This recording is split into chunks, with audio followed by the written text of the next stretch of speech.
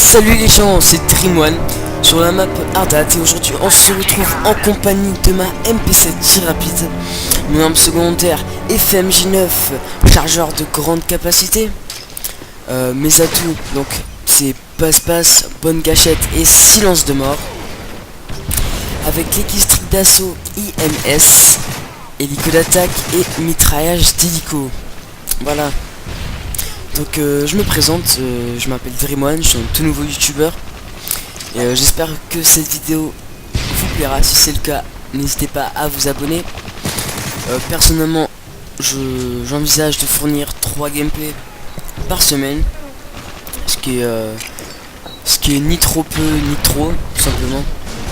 Donc je pense que 3 gameplays par semaine, ce sera pas mal.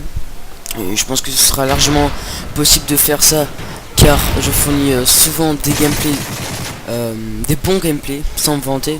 Donc bon. Tout d'abord, ce que vous devez savoir de moi, déjà mon style de jeu.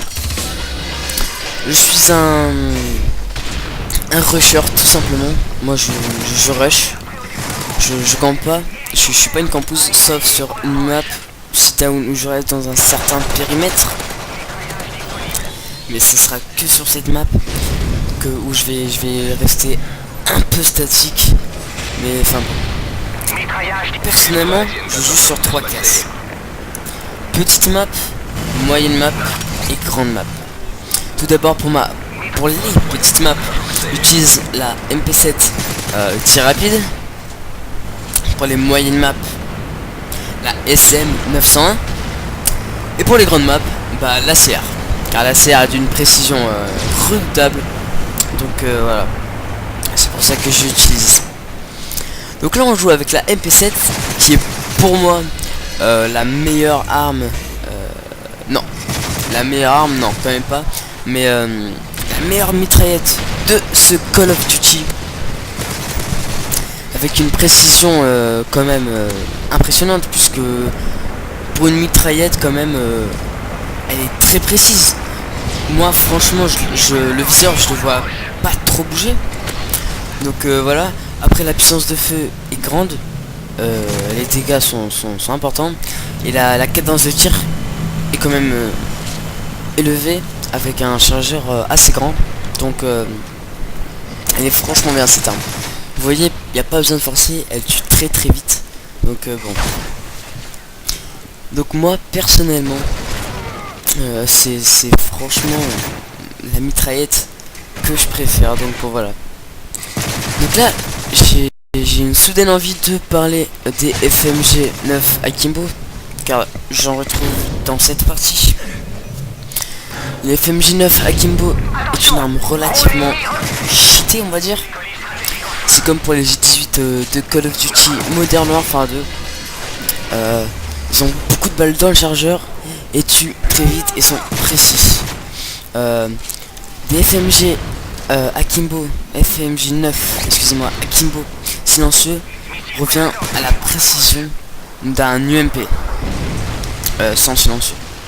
Donc quand même d'une précision assez grande, hein, pour l'avoir testé à mes débuts, car j'étais pas très d'un bon level, on va dire. J'avais pas un très bon skill, un bon level de jeu pour débuter.